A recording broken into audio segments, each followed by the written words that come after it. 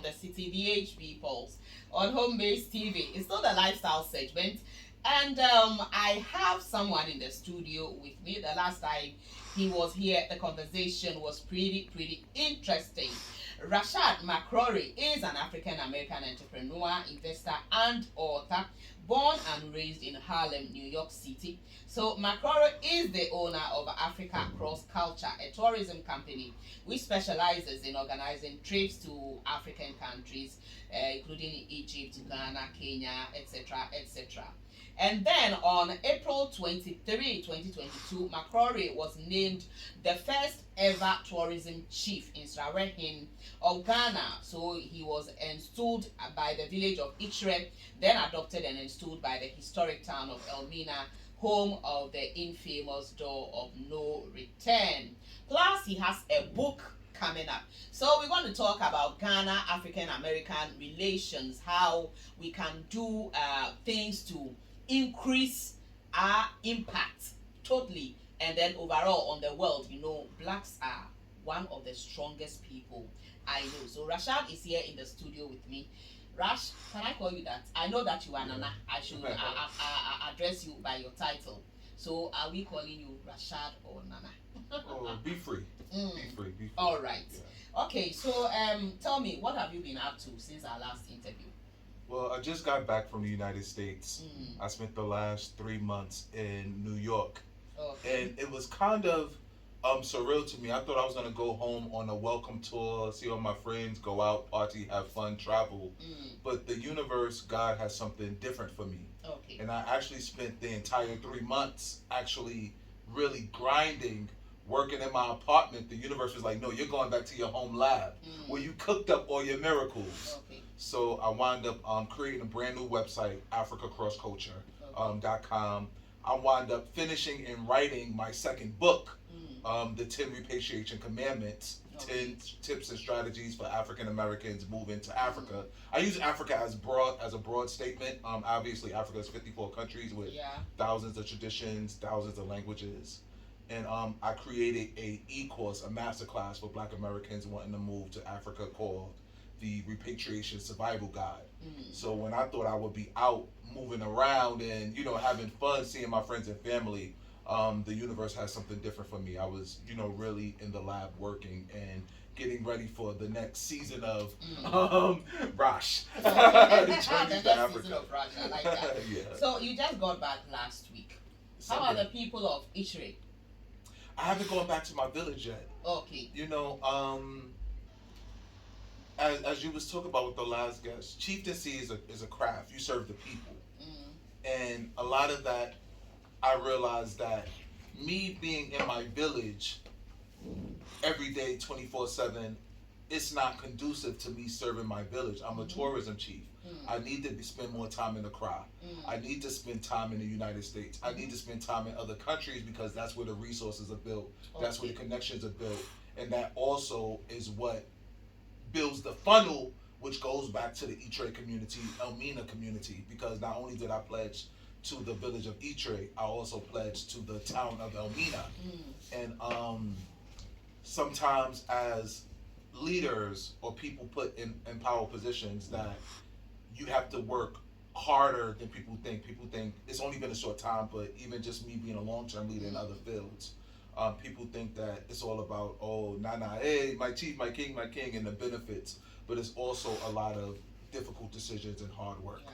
So, but I'll be back in Iture soon. Everybody's waiting for me. All right. So, Rashad, tell me, with more African Americans visiting and moving to Ghana, how can we be more harmonious and grow? Yeah.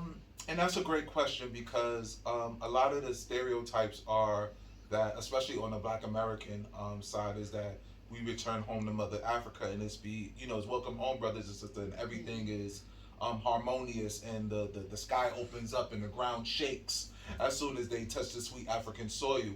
But this is only the beginning stages of Black Americans moving back to Africa. 2019, Ghana made the historic Promotion of the Year return. 400-year anniversary, 1619 to 2019. But also in Black America, we have the Great Migration. When after slavery was ended, Those are the dates that you hear of Juneteenth and even Jubilee for our Caribbean brothers and sisters. Okay.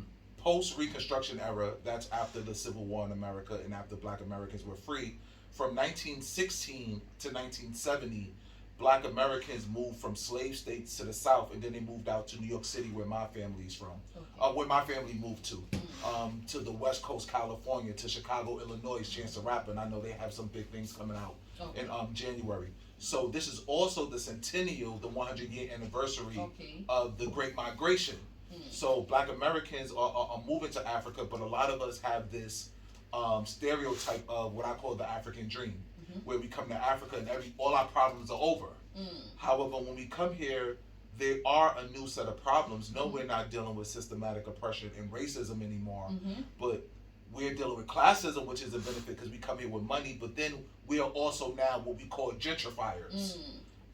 In Black America, there's a lot of Europeans moving into our neighborhoods, rising the prices of basic provisions, buying up all the stores, and everybody want the European money, and it's making things harder on the Black Americans. Now we come to Africa, in a way, we're doing the same thing, and I'll be more specific and say Ghana, and we're doing the same thing, and the Ghanaians are hurting.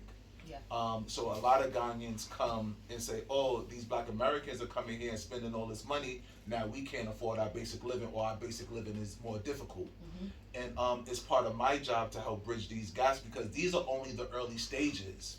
Again, this is only the first 2, 3, 5 years. 2019 is going to be looked at historically as the year that an African country, Ghana, became a mainstream viable options for Black Americans to not only travel to, but to move to. Back to settle, yeah. Yeah, we know people been coming from the 60s, 70s, 80s, and 90s. I've been coming 7 years. I'm 5 years, ahead of 2019 year return. However, these are issues where we need to be in alignment, and we need to work together from the government level, from the presidency to the chieftaincies, to community leaders, to community businesses, to family heads, to Abusha Pains, and just key influential people in both the Ghanaian communities and the Black American communities, to where we kind of iron out our differences and figure out how everybody can prosper, everybody can grow. Because there's many advantages to having Black Americans move into your village, move into your town. There's more money to circulate, improvements to infrastructure, safety, provision. Our families gel, our families coexist. There's not a lot of families as a whole moving. These are individuals who are looking for partners also. Business-minded people. Business-minded people, relationship-minded people. So we need to be patient, take our time. Not every Black American on the Ghana side, not every Black American is an instant cash check that you see money walking around. And then we also have to protect Ghanaians from Americans exploiting Ghanaians, as we've seen from Europeans. I was about to ask you that question, that how do we turn the tables around so that the concentration is not going to be on only the African Americans coming, but also Ghanaians as well. What's your take on that? It's a must, because then that's when you turn into colonialism, imperialism, and history has taught us that I don't think we'll take the European route and just rob the entire country of their culture, but it needs to be a communication, something that we come together and we build something stronger. I don't even want to say a balance, just anywhere where we can just all elevate. Because when I hear balance, I think balance, we're the same level. I'm talking about like, bro, elevate. Because each party is coming together for something that they're lacking. Like, when you introduced me, you said Black people. And it's this thing where I hear on occasions Africans say, oh, aren't we all Black? Well, the reason Black people in America say we're Black, because we don't really identify with our home country. In my book, The 10 Repatriation Commandments, I talk about how Ghana and African countries and even Caribbean countries are patriotic. I'm in Ghana, I'm with Ghanaians. If I'm in Nigeria, I'm with Nigerians, Kenyans, Ugandans. But me, I'm Black. We don't really, until we started coming to Ghana, we didn't really even say Black American. We said African American. But technically, we're not even African American. My family is from a state, I'm born and raised in New York. My family is from a state from South Carolina. My grandparents, great-grandparents. So since the 1800s, as we trace, and I'm assuming before that, my family has always been in America. But due to systematic oppression and racism, we never identified as American, so we just said Black. because there was no home country or no village of origin. Okay. You know, respectfully, we're not diasporans who family left Africa and moved to the UK, moved to Germany.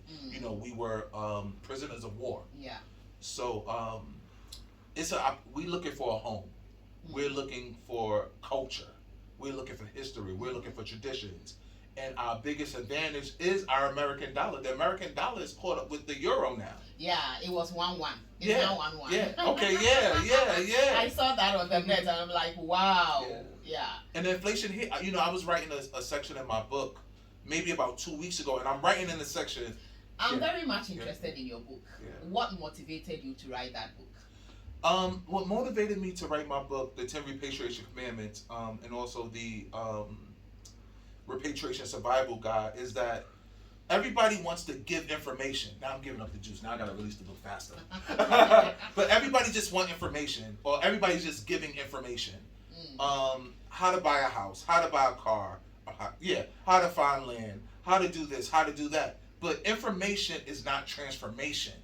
So what my book does, it gives Black Americans, and it's also an insight for Ghanaians who want to read and to understand what I'm trying to train the Black American mind, is real transformation on how to have a successful repatriation.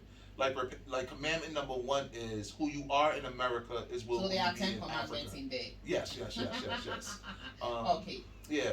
Who you are in America will be who you are in Africa. So if you have a bad attitude in America, you're going to come here with a bad attitude in Ghana. If you get in toxic relationships in America, you're going to find toxic relationships in Ghana. Okay. If you're a good business person in America, you can do good business in Ghana, but we must know our strengths and our weaknesses. I mentioned, I think it was commandment number 8, patriotism is real. In America, you're not going to find many Americans, maybe for fashion, but you're not going to find Americans waving American flags. So like USA, go, go, go. But here in Ghana, when the national team is playing, the country stops.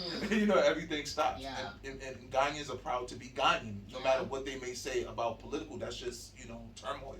But blacks are not proud to be American, even though that's one of our biggest flexes. That's one of our biggest advantages. And commandment number 9, embrace being American.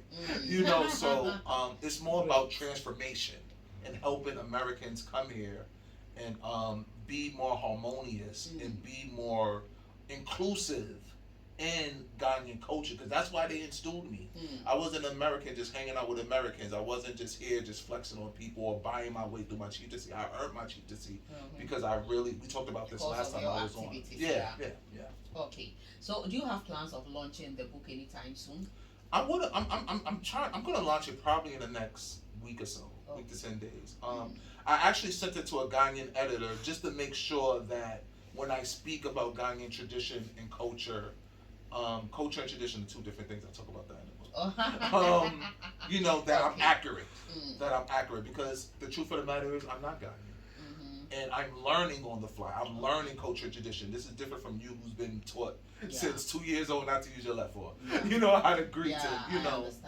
So and then I'm going to send it to the formatter. I'm finished writing. I might just do one last review. Okay. But then I'll send it to the formatter. Really looking forward to the launch of that book. I believe it's going to be a great read. I think in the long term, like in the future, it's going to be looked at the first comprehensive book about really not how to find a house, not how to find a car. All right. You know. Just okay. So Rashad, before we go, let's have your social media handles, your final words to our viewers. Then we'll wrap up.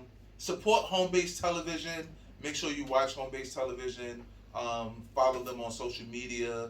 I've been speaking to some people at home-based, including the queen right here, Rika of Victoria, and I see great things on this station. Thank you. You can find me on social media. I'm gonna give you my name, and then I'm gonna give you a hashtag where you can find me. My name is at Rashad _McCrorey, at Rashad _McCrorey. You can go to hashtag